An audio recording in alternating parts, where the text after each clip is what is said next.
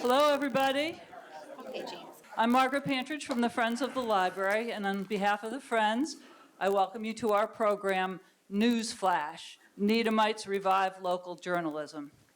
We're ready to get started, but first a couple of quick items.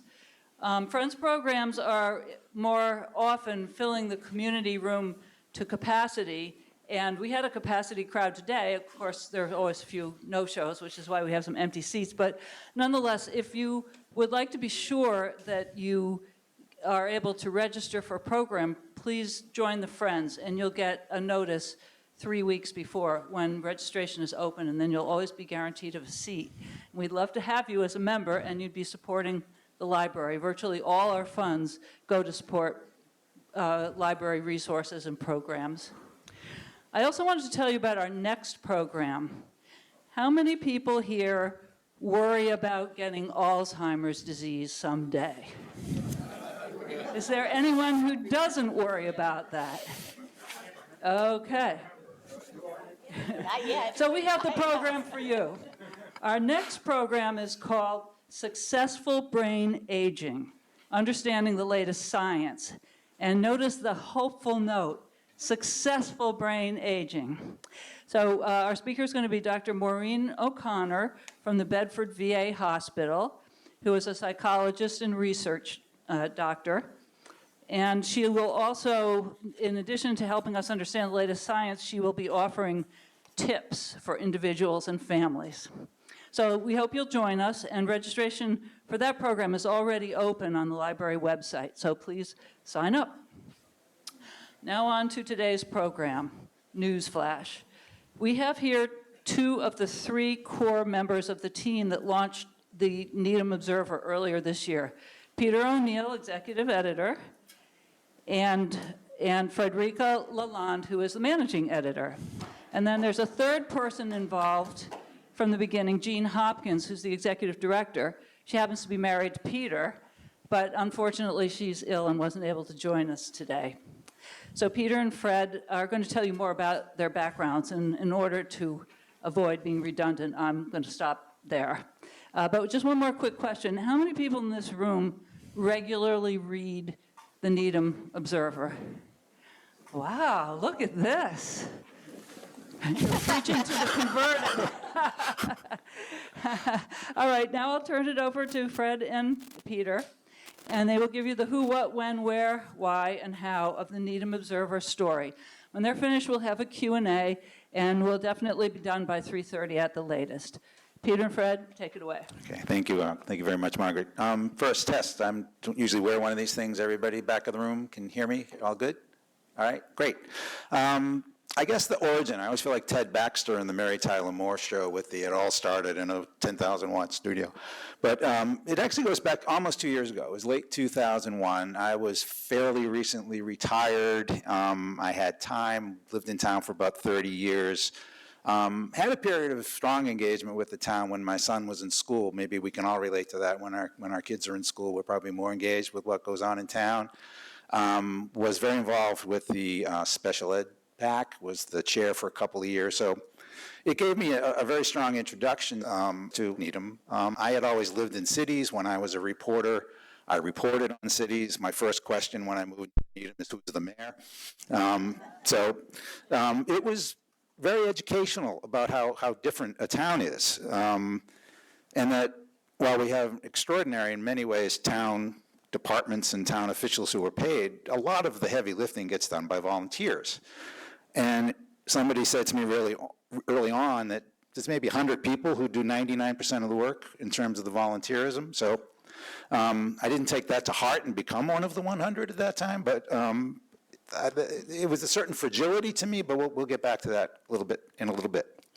As I said, I began my work life as a newspaper reporter, worked my way through college working for the Globe, covering high school sports, went off to Westfield, and then to a three-paper chain, Malden, Medford, and Melrose, covering towns a little bit like Needham, but daily journalism.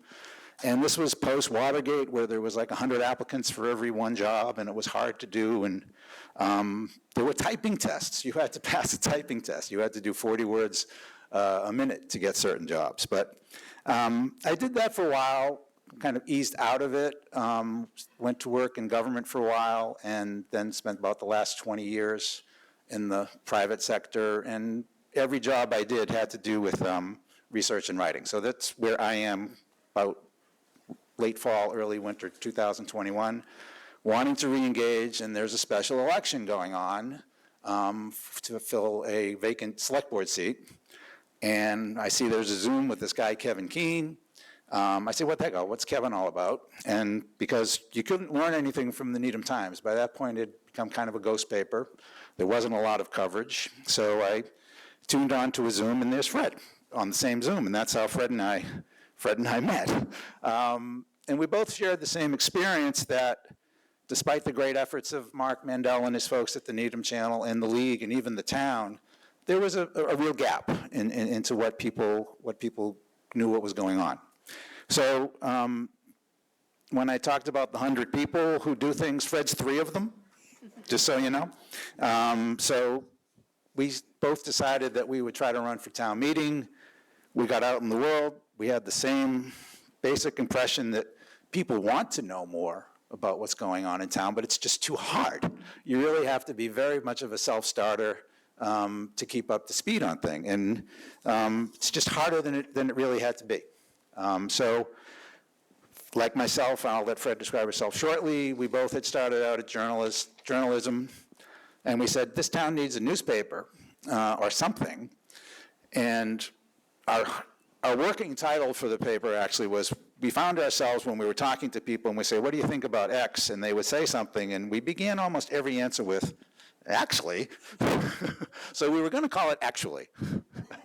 But we didn't, because that might have been a little too obscure. But we combined forces, and I'll let Fred take the next part as to how we progressed.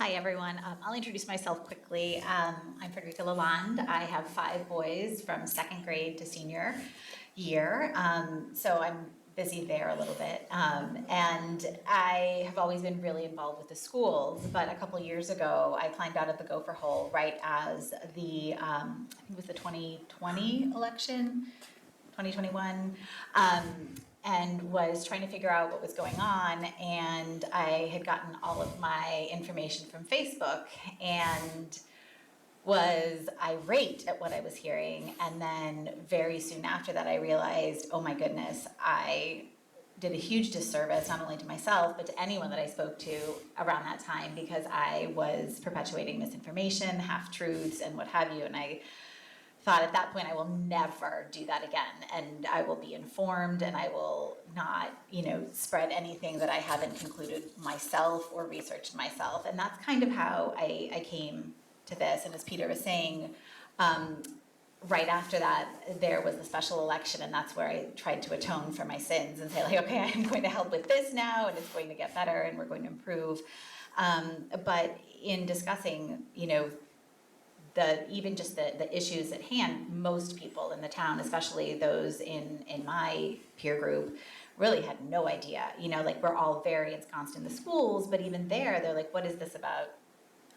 Anything at all. They really had like little bits and pieces, and most of it was coming from Facebook. So Peter and I talked at length about kind of what we wanted to make sure we put out there if we ever, got this off the ground, kind of philosophically up front. And it was really, we need to beat Facebook. We need to provide actual news before Facebook starts to spread things that are off the rails, and it really get people worked up. So that's been our goal kind of since we started. And then as we, talked about it further, we were like, well, how do we get this really going? We have our networks, but how widespread are they? And so we started collecting lists of people that we needed to contact and reaching out. And, Peter can talk a little bit about this, but really got out in the community. And, for us, the key was focusing on Needham. anything more would have been too big of a lift. But even that, we're like, Needham, this is where we live. This is what people want to know about. This is, you know, what affects our daily lives. And so we talked to hundreds. That's on your part. That's Peter. But we talked to so many people, and really build from that the community around the community newspaper. Yeah, we did start what I guess you could call a listening tour, probably toward fall, maybe the summer, actually, of 2022. I wish I kept well, there's no receipts from Bagels Best, but I bought a lot of bagels and drank a lot of coffee and was often a very jittery guy around the house. But, you know, there was a real common theme to what most people said, that they felt bad that they're like on a personal level. They said, I would have loved to have gone to this event, but I didn't know it was happening. Or, as I said, when you start the conversation, well, what do you care about in town? He goes, well, I know I care about schools, but I really don't know specifically what I should care about, and what I can do about it. So it was abundantly clear that people wanted it, because I says, well, do you think the town could support a news service or a newspaper? And nobody, honest to God, nobody said no. Everybody said, yes, we need it desperately. There was a lot of nostalgia or positive feelings about the Needham Times, but not the current Needham Times, what it once was. And folks who went back 10, 20, 30 years, you know, gave me that, when I was a boy, you know, there was 3 papers at one point. And, you know, it was vibrant. And my friend Tom Hopkins likes to pull out old election results, and you actually had turnout. People voted, you know, and there were multiple candidates. There were contested elections. You know, and these were things that people kind of took, I wouldn't say they took for granted, but that's just the way the world was. And I think it was a very healthy nostalgia, is what I was hearing, for a more vibrant, more locally based, a more vibrant community, a conversation, a dialogue about what needed to be done. So, Margaret, if you could give us the slide. As I'm sure all of you know and don't need to be told, this was not a local phenomenon. We've been hemorrhaging newspapers. We've been losing journalists higher than the rate of losing coal miners. There are, you know, percentage-wise, there have been more journalists who have lost their jobs than coal miners in the last 20 years. I think that the second sentence, the second paragraph about having the number of newspaper having dropped, but it's the employees, because there are still plenty of newspapers, but they're ghost papers. They exist, but there's no reporters. They aggregate columns. They do anything but specific live reporting. So I think it's a little more disconcerting about the lack of employees, and that it's just really hard for one person to put out to cover 5 towns. It's just not going to get done. And what happens when you don't have a local paper, it's social science, it might be a little soft, but my example is you get George Santos, who's able to run for Congress in Long Island, which has Newsday, which has the New York Times, which has the New York, you know, it's not undercovered. But it didn't have, in that particular part of Nassau County, there was really no local paper. And an utter fraud finds his way into Congress. Although there was a local weekly that was onto him about 2 months out, but nobody picked up on it. So you get this creature in Congress who, you know, should probably be in another institution run by the federal government. So we drafted a plan. We wanted to make sure we could do it right. We were extremely lucky early on to start building a core team to help us out with the many things that we don't know and can't do. Most prominently, Keith LaFace, who's got IT expertise, told us how we could produce this thing and distribute it and get the content out. David Vergara is a pretty talented local designer. He's involved with the folks at Gorse Mill. He made it look good. And by about spring, we felt we were probably ready. We had 2 false springs. We thought we would be up for the local election, and we thought we'd be up for town meeting, but we said, nope, we're not ready. It was extremely, extremely tempting to take advantage of those 2 events when we thought the town was engaged, but I think we made the right choice there. Our core answers the first things that we decided that we would be online. Print is just tremendously expensive, and we would simply never be able to have enough money from scratch to be able to be a print publication. We decided to be nonprofit. there's a very deeply felt school of thought that that is the future of local journalism, that it's a nonprofit. We opted not to take ads, although some people, including Dan Kennedy, who some of you may know, he says ads are content too, but they require an infrastructure and they require somebody to sell them for you. And my own personal problem with ads is, especially at the local level, they kind of make the publication look a little bit like a cross between a diner menu and a church bulletin, where you just have stuff down the gutter and it's busy and it's active, and I think people want to go away from advertising. So I don't mean to demean folks who advertise, but at this point in our life, I don't think we're going to be doing advertising.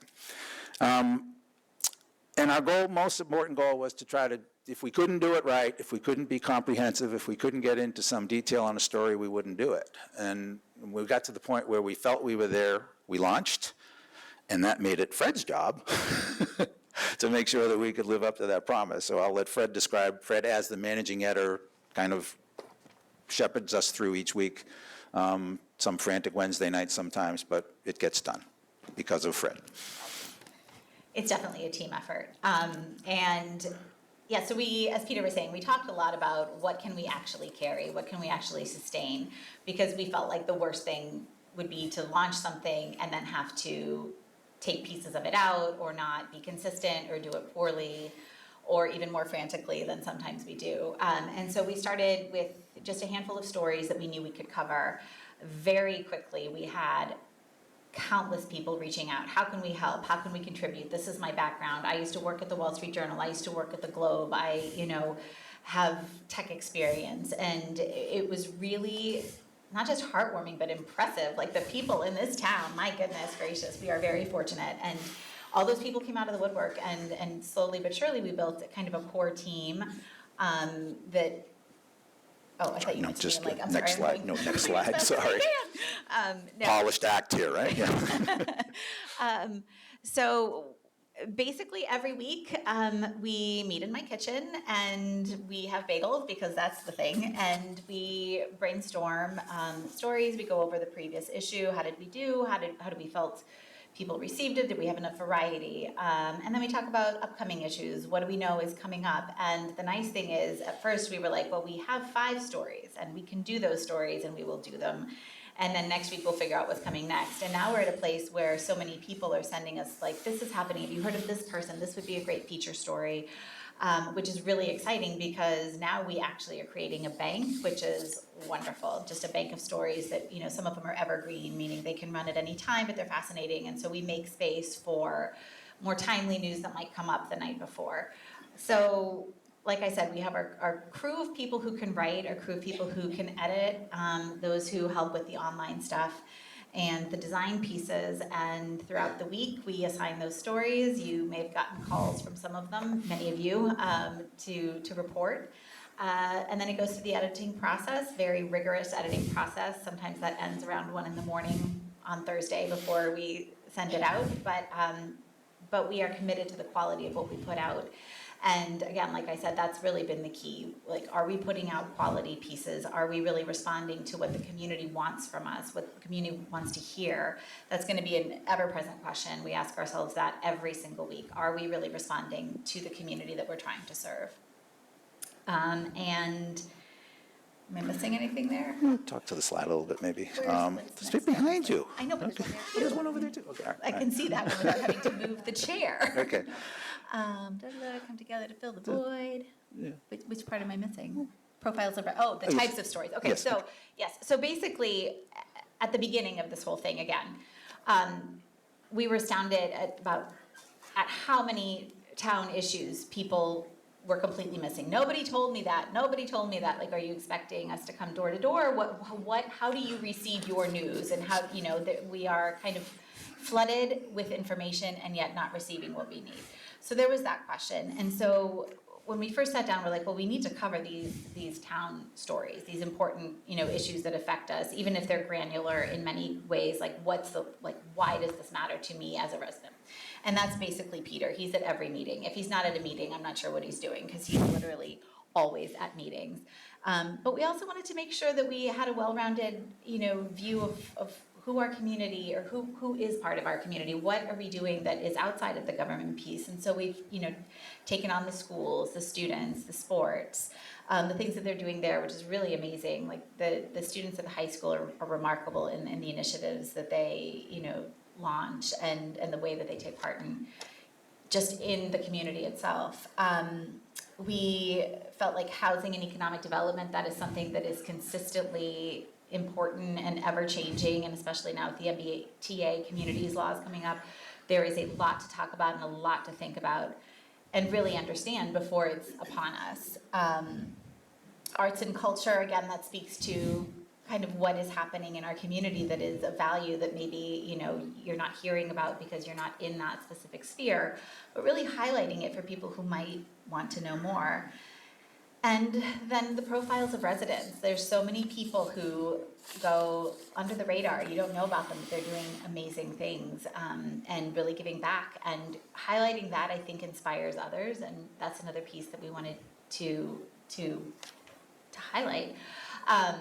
And I think different people read the paper for different reasons. I know that sometimes I hear like, all that stuff about the housing was really boring, but this piece that you guys did on this person was awesome, so you have a variety of readers, which again is critical, and we want to really think about all of our readership and grow our readership so more people read it, and then we can do more stories. And it's kind of a symbiotic relationship where the more we hear from those who are reading it and want what they want to read, the more we can produce. Yeah. And the next slide, Margaret. Another thing is that we were probably about halfway into it, and we kind of went, oh, this is also a business. This is not just, hey, kids, let's put on a play. There was an aspect of it that required professionalization. The IRS cares a great deal about what nonprofits do. You have to be very careful about detailing everything and being able to respond to those needs. There is the need to raise money. There is the need to pay for technology. There's the need to pay insurance liability, board and officers insurance. So, all those aspects of which I knew nothing, but I am extremely fortunate, and not just, there's a million reasons I'm extremely fortunate to be married to Jeanne. But mostly she spent more than 30 years at WGBH.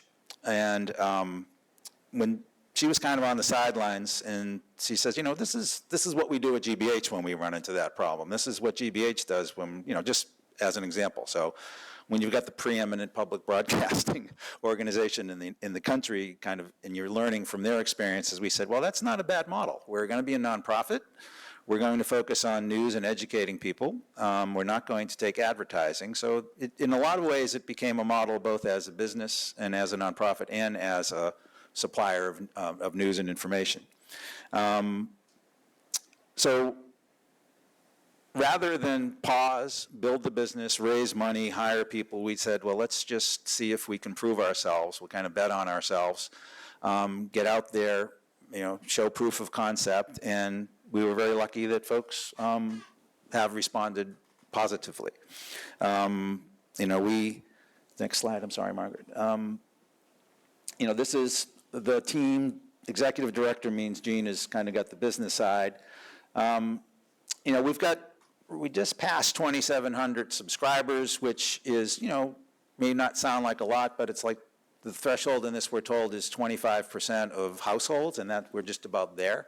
And our folks I talk to who are doing this in other towns say that's pretty good for 6 months.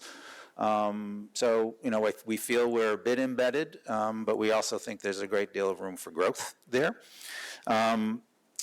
We get about 10,000 views a week. Again, we're told that's pretty good. We also like that people read 2 or 3 stories when they come, so maybe we're appealing to things that they want to do or want to read. And I'm like, just to give you a sense for how long I've been out of the newspaper business as a job, my last story that I filed, I did on a typewriter. And so, when we kind of threw the paper out there in print, and we didn't know what was read, who read it, how often, and now we know. It's pretty telling. We're trying not to be slavish to that and be completely craven to, well, this is what gets read, let's write it again. But it's telling, and we're finding that there is an appetite for news. There is a great appetite for restaurants. My God, do you people like your restaurants? there's a tremendous appetite for town landmarks. The stories we've done on Muzzy and on Harvey's, people are reading them like crazy. So, we have a sense of what you really, really care about. We haven't got to dogs yet. We'll get there. We're a little afraid of dogs because it's an oddly divisive issue. People who want their dogs to roam free and people who don't want to be irked by dogs. So that's something we will get to, but not till we fully understand it and feel we've taken the town's temperature on that. So I think the next slide, Margaret. The who, what, why, when, and where questions that newspapers are supposed to ask. We haven't really said much about the who, and this is our who. The folks who have been so kind and generous to step up to us, and I'll describe the board, and then I'll let Fred describe our team. Our board is all Needham residents. Rob Birchie is one of the preeminent First Amendment lawyers in the country.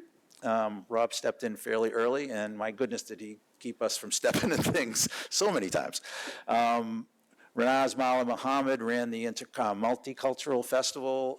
She's an immigrant from Syria. She gives us a perspective that I don't think we would get from almost anybody else to parts of the community that we know are out there and perhaps underserved and underreached, and we rely on her a great deal for that. Mark Miramount has only won 2 Pulitzer Prizes as a reporter for the Wall Street Journal. He is incredibly invaluable in guiding us editorially. James McQuivey works for a company called Forrester Research, which some of you may know if you're in the tech world or in the marketing world or in the business world. They are a leading consultant to Fortune 100 businesses, and Mark is their expert on online engagement. So that's not a bad person to get advice from. Karen Price, I believe, has spent time on the school committee. She's one of the founders of Citizens for Needham School. Are you the head of the league, former head of the league, current? She's 13 years. 13 years, but who's counting? Okay, he's done, okay. All right, and Colleen Saylor is the head of the Council on Aging, one of the first female members of our select board. So we think it's a well-rounded group. It helps us stay informed and keeps us, on kind of between the lines on a lot of the things that we try to do. And it's just a great board to meet with, and they're also kind of hard on us, which is great. And Fred can speak to our many contributors. So you're going to have to help me out with Keith. specific background. No, I can see who, but specific background. So Keith LaFace, many of you know, Keith is everywhere. He's involved in everything, and generally people are like, "Can you do the tech for us?" And he is up late with us every Wednesday trying to make sure that there are no glitches before we send out the newsletter. He developed the website for us, hosts it. He's been at Dana-Farber for more than 20 years doing their tech stuff, so he's solid. David Vergara is our graphic design guy, and he came on early on before we had even launched because he had heard about it and was interested in helping out. So he came on, did our logo, and does a lot. Any of those line drawings that you see, those are custom from him. Georgina Arietta Rutnick, many of you know her. She's everywhere with her camera. She also early on said that she'd love to help, and she contributes photos for almost every single issue, along with Allison Borelli, who's not mentioned, but there have been many times where we've tapped into her wealth of photographic resources. Bob Clark is our copy editor. He is retired from, I believe, the Herald. Channel 5, Yeah. he Patriot Ledger, Middlesex Yeah. News, yeah. Reporter editor for them, primarily editor. And he does everything, he reads everything, goes through it all with a fine-tooth comb. Linda Pollock, also, she does some of the more spot reporting for us, some of the more feature pieces, really likes to highlight the residents and, individual spotlight. And she is retired from where? From both, she's an Emmy Award-winning producer at Channel 5. She worked with Emily Rooney at both there and came with Emily to WGBH, and she was the assistant director of the newsroom at WGBH. Yeah. Okay. Seth Bauer came to us about 6 weeks ago, maybe. He'd been reading and was really excited to, see what we were all about, and met with Jeanne and Peter and was like, what can I do? So he is on with us to really troubleshoot kind of the process and the types of stories and how we're approaching the stories. He launched 3, I believe, startup magazines and worked with Martha Stewart and countless people. I think he also did stuff with the Globe. And he's an Olympic medalist as a coxswain for the 68 team, I think, or yeah, so. Not a requirement to work for us. You do not have to have an Olympic gold medal, so. Bob Baker is a former history teacher at the high school, and he also was really interested in what we were doing. And he does a lot of the historical pieces for us. He does a deeper dive in background. He also does some of the feature pieces when we're like, Bob, you got to get on this. We don't have anyone to write this week, so he'll do those for us. And it's been wonderful to have him and just his historical acumen to draw upon.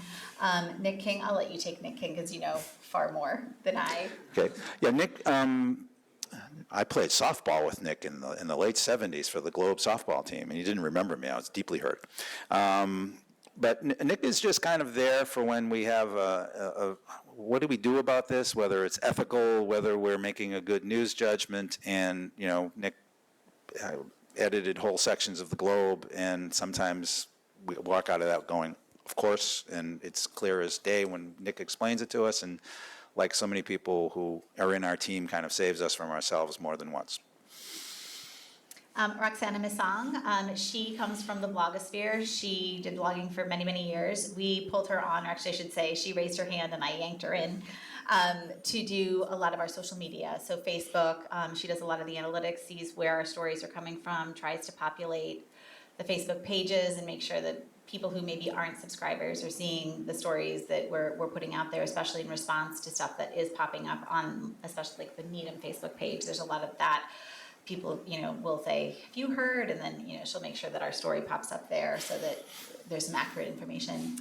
Ginger Newcomb, she is relatively new to the town. I want to say she's been here 15 years. She moved here for her grandchildren and came to us a couple weeks ago and said, I would like to write. She works at the library. She's a page here, and she's got some really quirky background information on the inner workings of the library, and you know, she likes to do those types of pieces too, those individual feature pieces.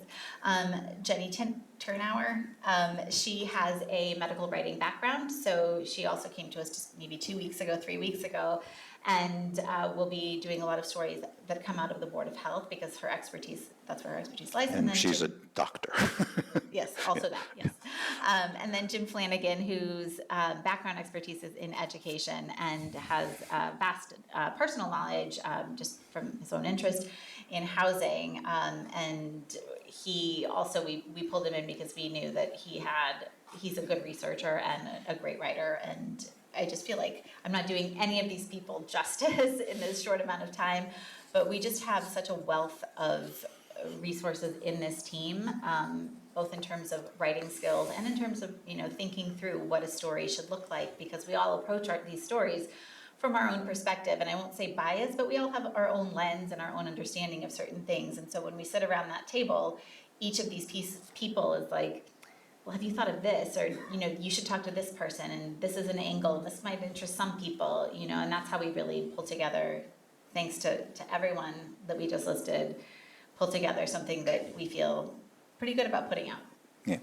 So where we are now, we're pretty happy where we are after 6 months, but we know that we could go deeper, and our key goal, the one thing we really don't have right now, is that we're really not sustainable in the sense that we don't want to just, this is not a passion project that's going to carry us through to the end, you know, and have it go away. We really want it to live on. Outside of Fred, most of us, we're all kind of little, as they say, what's the country in Western? So I'm too old to die young. You know, we're not, we're in retirement for a lot of us folks who are working on this, and we are really just trying to get it going and turn it over to the next generation. Fred has got a project going with the Needham students that we think is a long-term project, but what we'd really like to do now is just get more professional, and that's going to require us raising some money, which is what we are about to start doing that.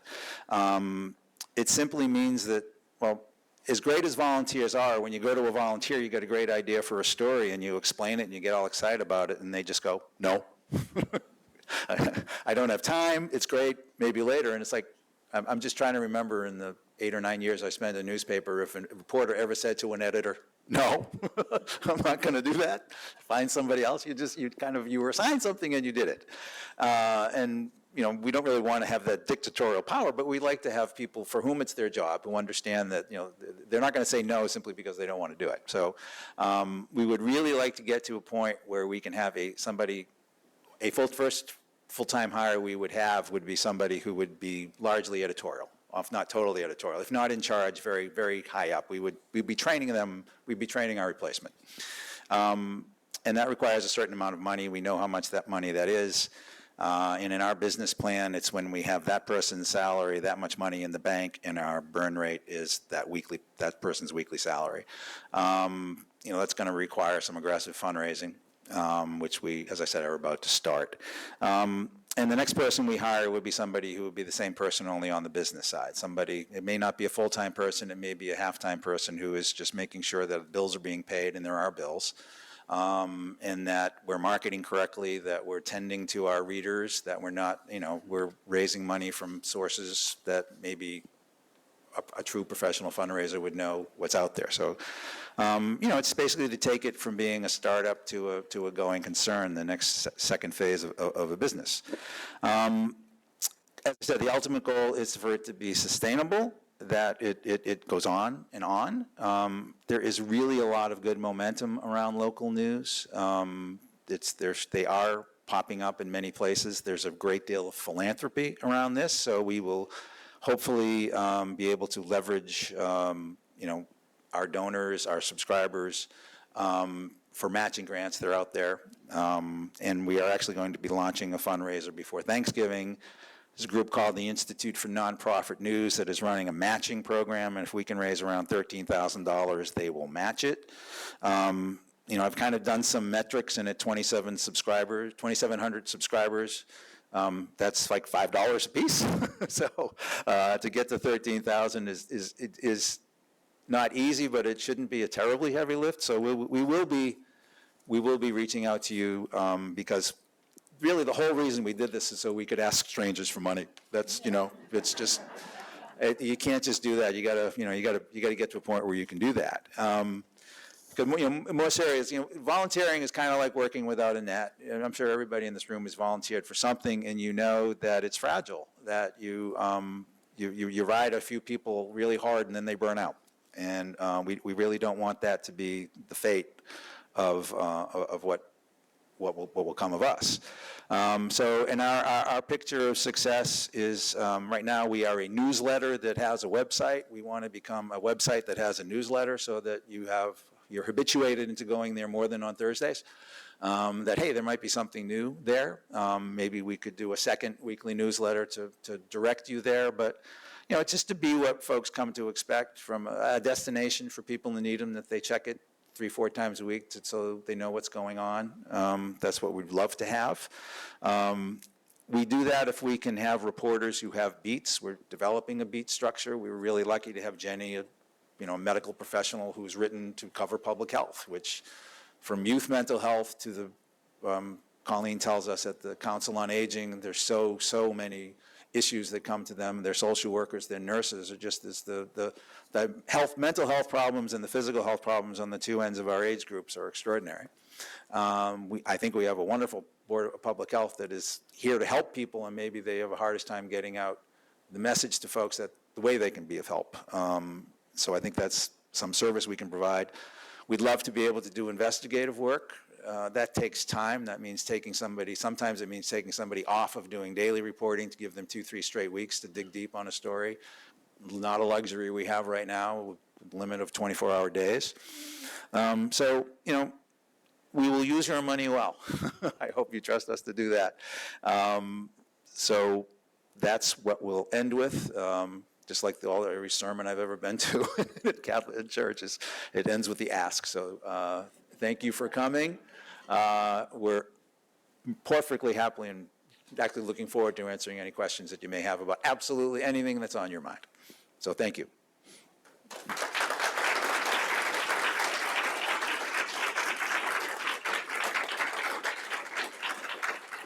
Thank you very much, Peter and Fred. Can everybody hear me?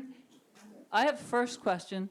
What story would you say you feel you've had the most impact on people understanding important news around Needham? Is there one story that you feel particularly good about? I'm going to pump Fred's tires here. I think the town commons story.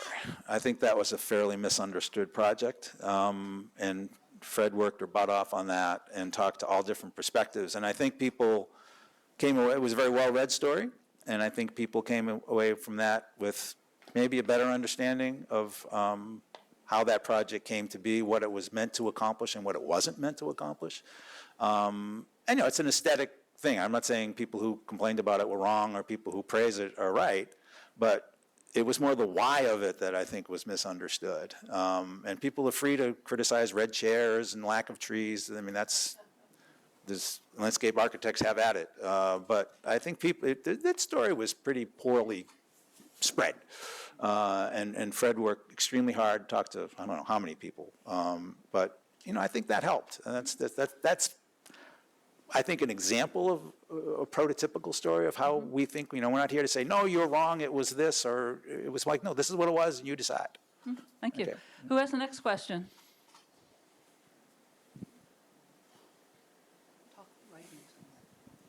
Talking to the microphone like this. There we go. All right, thanks very much, Peter and Fred. Just curious, you made a lighthearted comment, which I know was a serious comment, which is about doing a future story about dogs.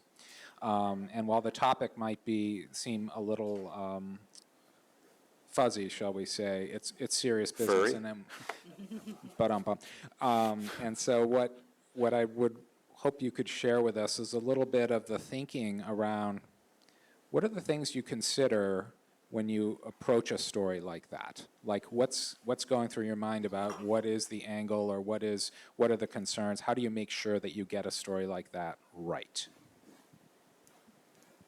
So that is absolutely what we consider for every story. Because again, we all have our different perspectives. Like the one thing that we came into this with is the idea that we lay aside whatever we think. Whatever our personal thoughts on a story may be, those go to the side, and we have to start with a blank slate of how do other people think about this? And so for a story, let's take the dogs, for example. We would talk to dog owners, both those who want off-leash dogs and those who do not want off-leash dogs. People who don't have dogs who also don't care whether they're off leash or are adamant that they're on just a 6-foot leash, you know, and really get an understanding. We typically try to understand what other towns around us have done, especially if we're talking about ordinances or bylaws or what have you, like what's going on around us that we can draw on so that people have a perspective of, you know, possibly proof of concept. Okay, so this Wellesley does it like this. Is it working? Is it not working? How is that different for us? So we really bounce around every possible angle that we can come up with, and then we try to imagine outside of that even. And oftentimes in our reporting, someone will bring something up that we're like, that we didn't think of, and then that leads us down a different road as well. But some of the hardest stories to write are the ones where we do go down that road, because then you have 16 different people who've said fascinating things, and you don't want to have an 8,000 word story. So then it really comes down to our discretion of what really gives a good, well-rounded assessment and a thoughtful representation of what the community as a whole is thinking without it droning on. Next question?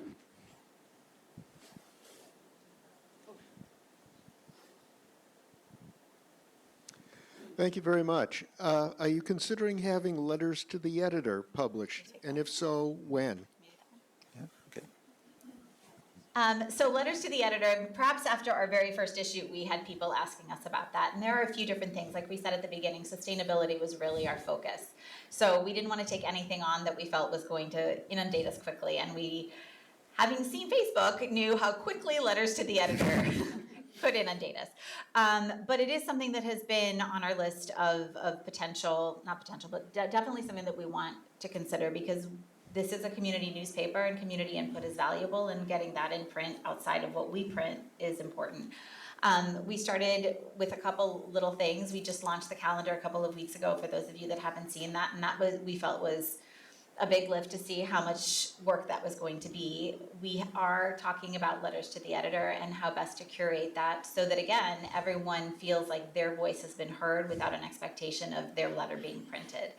And trying to feel that in a way that is thoughtful and without having our judgment placed into it. So we are going to hopefully thinking possibly in the new year of getting letters to the editor. In addition to another, people have asked us why we're not doing editorials.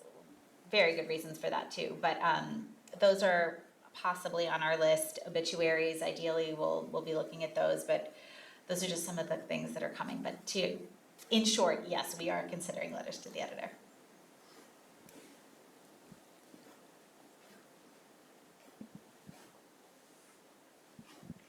Nonprofit news is here to stay, so thank you very much. My question is whether you are working with any of the other communities that have nonprofit news, like Fig City News. I mean, don't- Yeah, as I mentioned, there's a lot of philanthropy around this. There's a lot of organizations. I have reached out and talked to probably a dozen folks. We're in frequent communication with the folks at the Brookline News, for example. My wife had business relationships with the folks who are running that. Early on, I did a lot of conversations with the folks at the Lexington Observer, figuring that's a community very much like Needham demographically. It's almost an overlay, complete overlay. It's a growing community. We all do kind of talk to each other. There was a meetup last month, for example, at the Shorenstein Center, organized by one of the groups in which we didn't sign up in time. That's how well attended it was. Jeanne was able to go, and Fred was almost able to go. But it was so popular that they actually did an overflow and had it on Zoom that they hadn't intended to do. So we are all talking to each other. The beauty of it is there's no competition among us. Our world stops at the Needham border. Newton's world stops at the Newton border. To Lexington, they don't, and we actually had a meeting about 3 weeks ago with the BU Journalism School about them providing reporters who would work for all of them, and they would have like climate and housing, these issues that we all have in common, and those reporters could possibly be at our service to plug in, give us a broader reported story that we would provide the local aspect of, that would look specifically about how this works in Metro West, how this specifically works in various points. So that's all part of the evolution of a growing, maybe ecosystem of these papers, and it's very rare that you don't have any sort of competition concerns of, newspapers are among the most hyper-competitive industries. Everybody probably thinks that same thing about their own industry, but having worked in it, somebody from another paper shows up, we stop talking kind of stuff. So it's not like that at all at this point.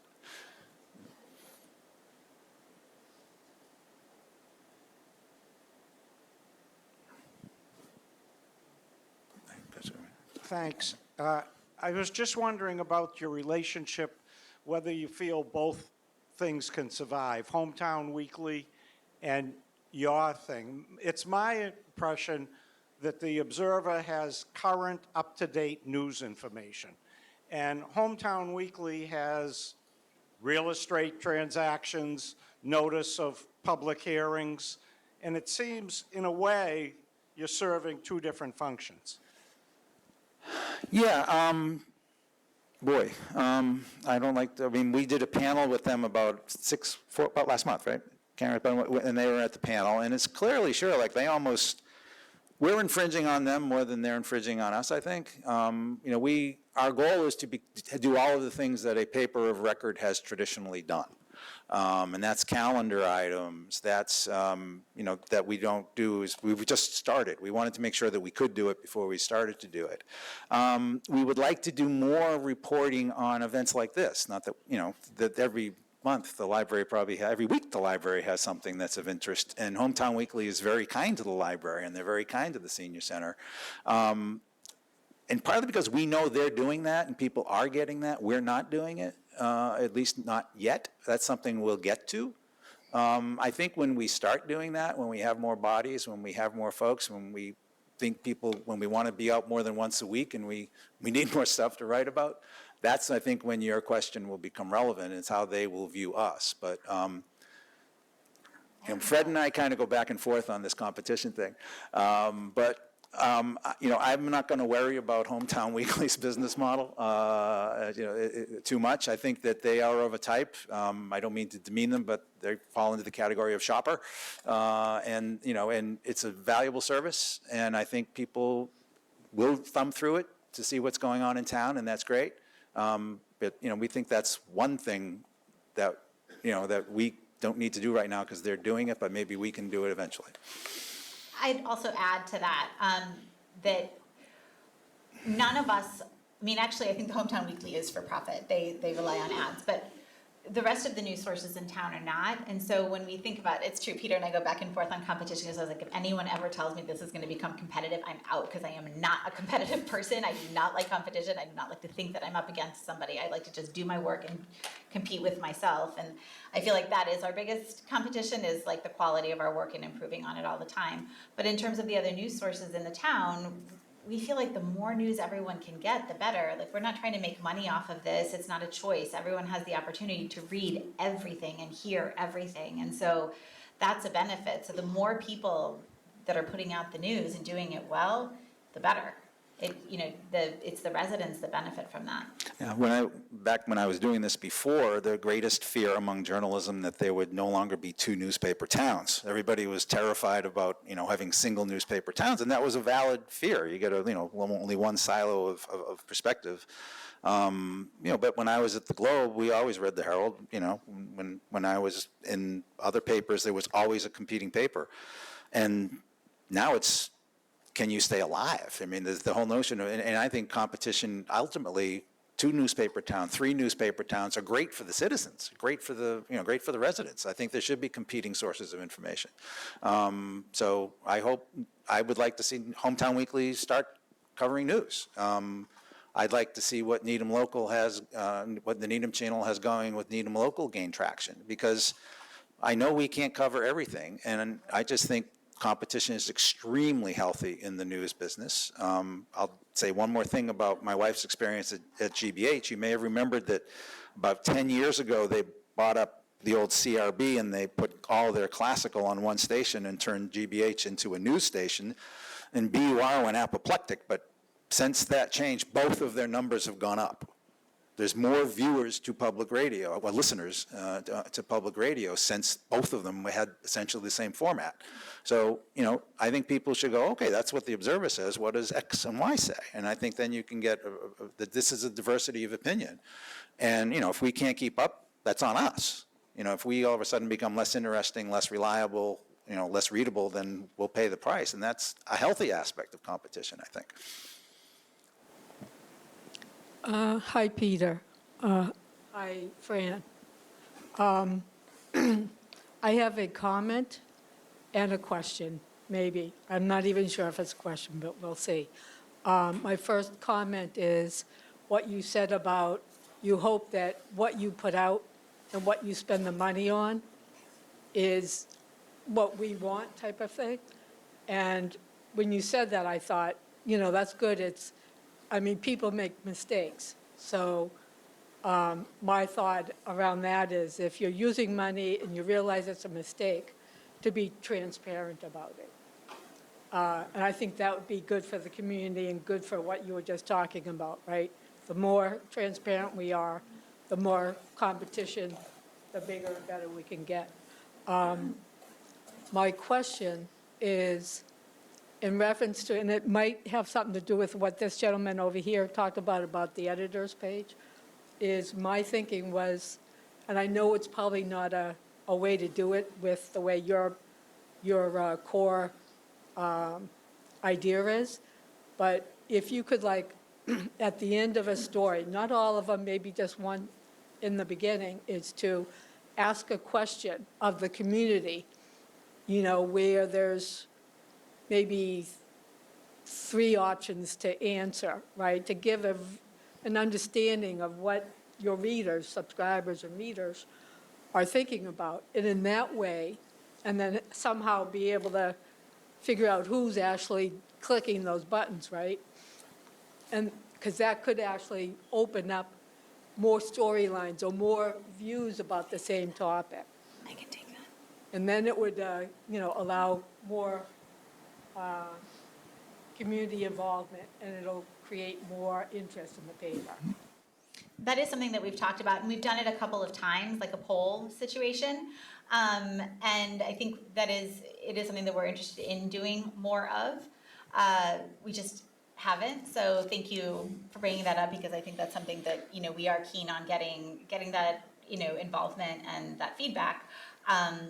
We've been very fortunate, like I said earlier, that people are sending us ideas of what they're interested in, and so that's kind of fueling it as well.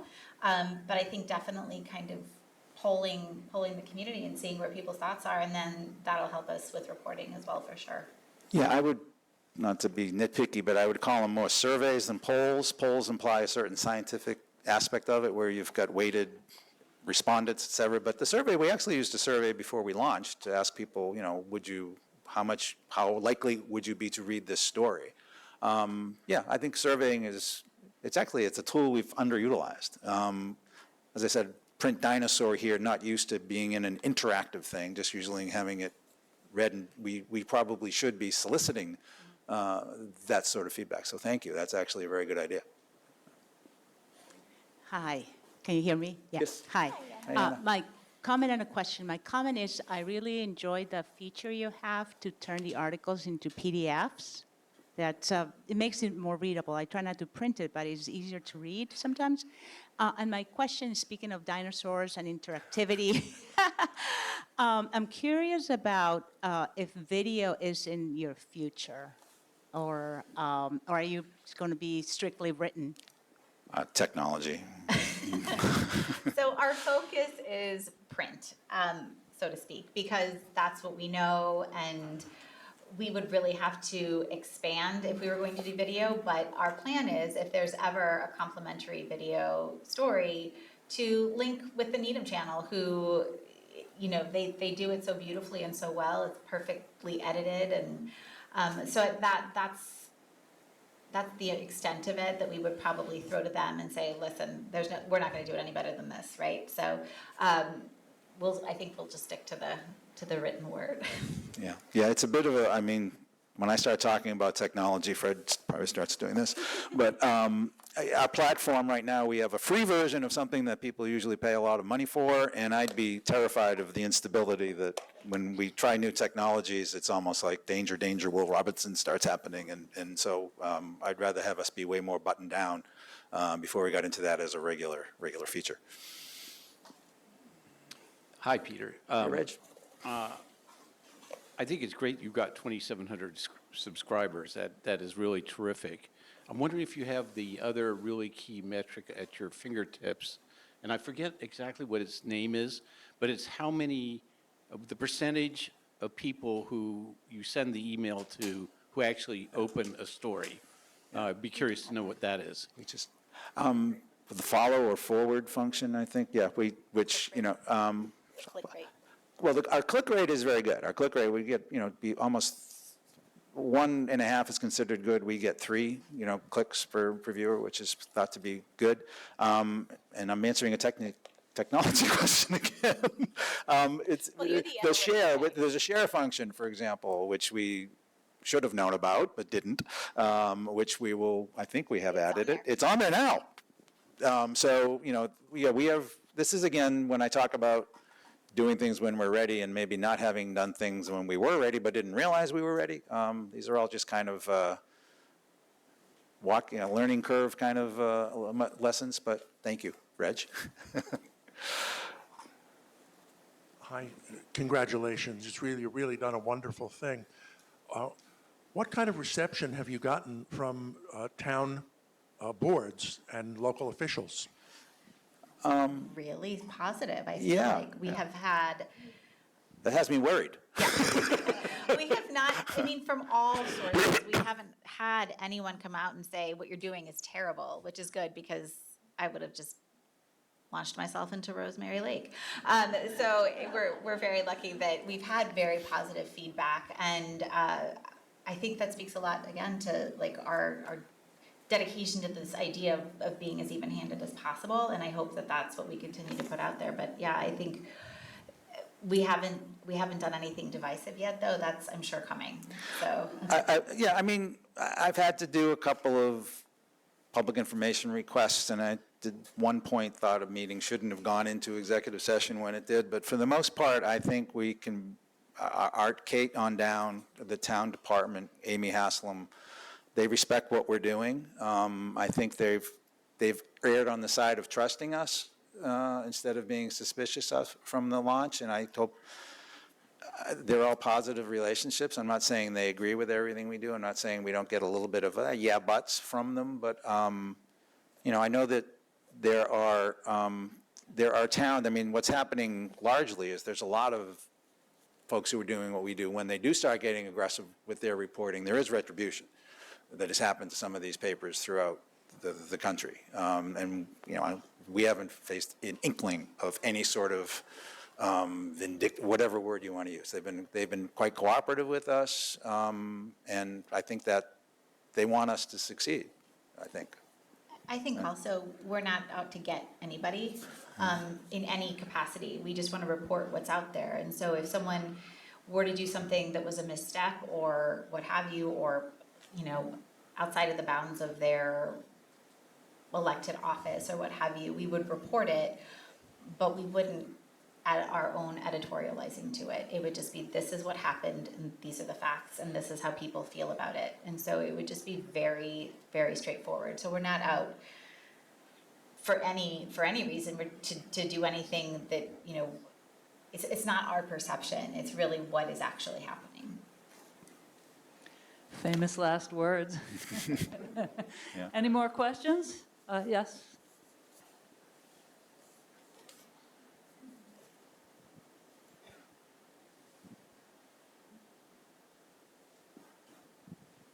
This is not a question, but a suggestion. Since you've got a captive audience, both here and on the Needham channel, would you tell us where we can get in touch with you and where you want the donation sent? Okay. Well, we have a donate button on our website. That's good. We are making that right now. I think you are forced to go through PayPal. I think we're trying to add an ETF or ACH. Mr. Technology again. So that will hopefully facilitate it for you. But and that's how you can. That QR code will get you to our homepage, and there'll be, hopefully we should make it more prominent. We should probably have a larger donate button. But like I said, we'll be rolling out our fundraiser with specifics this week, I think, or definitely before Thanksgiving. And, you know, we'll hopefully provide a lot of detail on what we will do with the money, why we need it, why it will help, and emphasizing that it's a nonprofit and it all goes into the service of producing journalism. And whether that's better technology, adding a couple of human beings to the staff, you know, it'll all be the second home in the Bahamas can wait. Yeah. It'll be on the table out front on the way out. Okay. Let's have another one or two questions. Thank you for the presentation. I'm enjoying the Needham Observer, even though I was a paper boy for the Needham Times back in the day. Are you archiving all the issues? I looked on the site and didn't see a link for all the past issues. There is a link for the newsletters, which have all of the different newsletter, you know, everything that came through the newsletter. But all of our stories are on the website and archived somewhere. So if you go to the menu bar, like you can drop down on news and find it. There's also a search bar. Okay, I'll try again. Thanks. Do we have another question?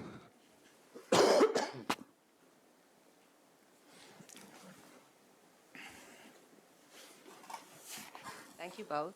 Did a great job here.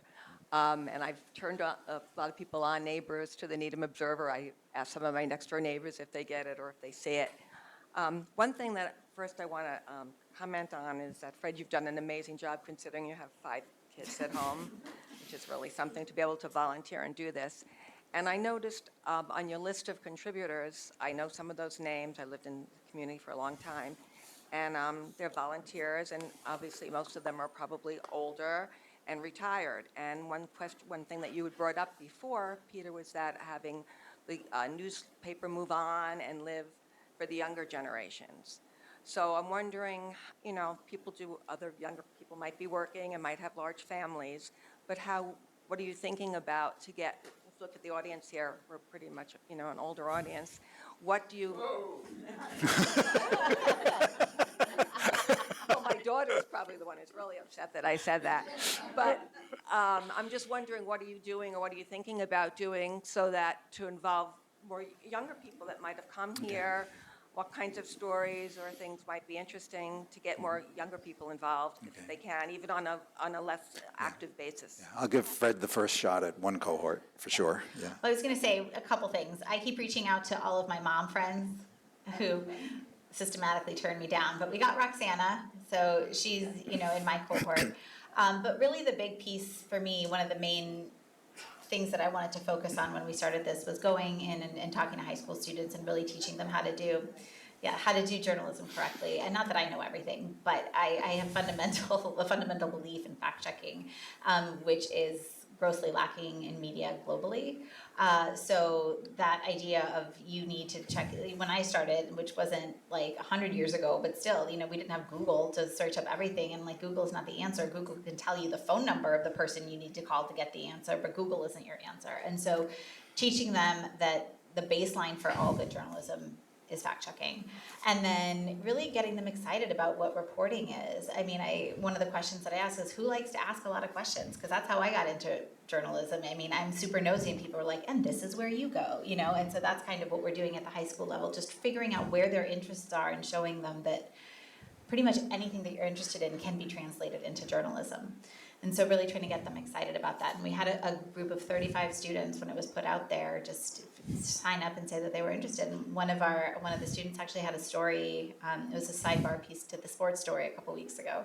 So that was the first one that we launched. But we're very excited about that. And hopefully that'll translate and continue through there. But there is a middle group, which I would imagine, like all parents, Yeah.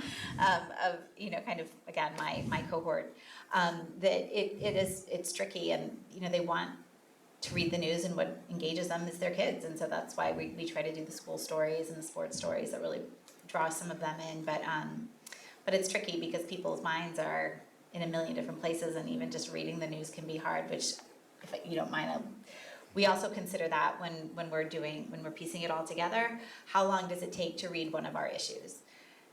We could potentially do more stories per issue, but we feel like 5 to 6 good stories that take about 15 minutes to read through is about all that people can manage, and we try to keep the stories themselves as short as possible.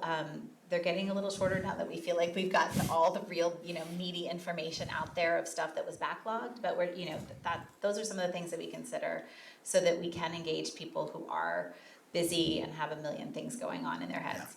Yeah, I mean, it's kind of seems counterintuitive, but Mark Twain once said, "I'm sorry I wrote you such a long letter, I didn't have time to write a short one." And it's like, you can write 1,200 words and then go, but that's too fat. And you need time to write a 600-word story. It takes a lot longer to write a 600-word story than it takes to write a 1,200-word story, because writing is editing, writing is revision. And that is yet another thing with more bodies. People can spend that extra time to do the story right. And to your question about this, I think there's a missing middle in almost every issue that's in front of town right now. It's the issue in housing. It's the issue in climate. And its issue for us is because Fred's cohort, people who would be my children, they're very busy. I mean, life is hard, when you got, and time is free, not very free. And I just think it's our challenge is to get them engaged, and it's probably not different than what people in town government when they're looking for volunteers on committees, why they're looking for people to step up to serve on any one of, we got 400 or so appointed officials in town, whether, and you'll see the same name on 3-4 committees. And, we just need, I guess the challenge, it's a marketing thing, to say to a 40-something who's got 3 kids and a mortgage that's probably choking them, say, hey, you got 8 hours a week to give to a newspaper, you got 12 hours a week to give to, this, it's hard. It's a big ask. So we got to we have to be cognizant and kind of intuitive as to what the empathetic, thank you. Word bubble was all floating around out there. To say like what's in it, not greedily, but what's in it for them, but what's their perspective? And so what we're looking for in contributors to say, if you can give us something that is, you have subject matter expertise, you don't have a conflict, you're a fair-minded person and you can write, one story a month, can you give us something on mental health? Can you give us something on running a restaurant, and that will help illuminate something to our readers? That's fine, that'd be great. I mean, we'd have to have a lot of numbers to make it sustainable, but that's the kind of outreach we're doing, and that's how we respond when people do reach out to us to ask to contribute. Okay, well, I think we could wrap it up there. Thanks so much for speaking today.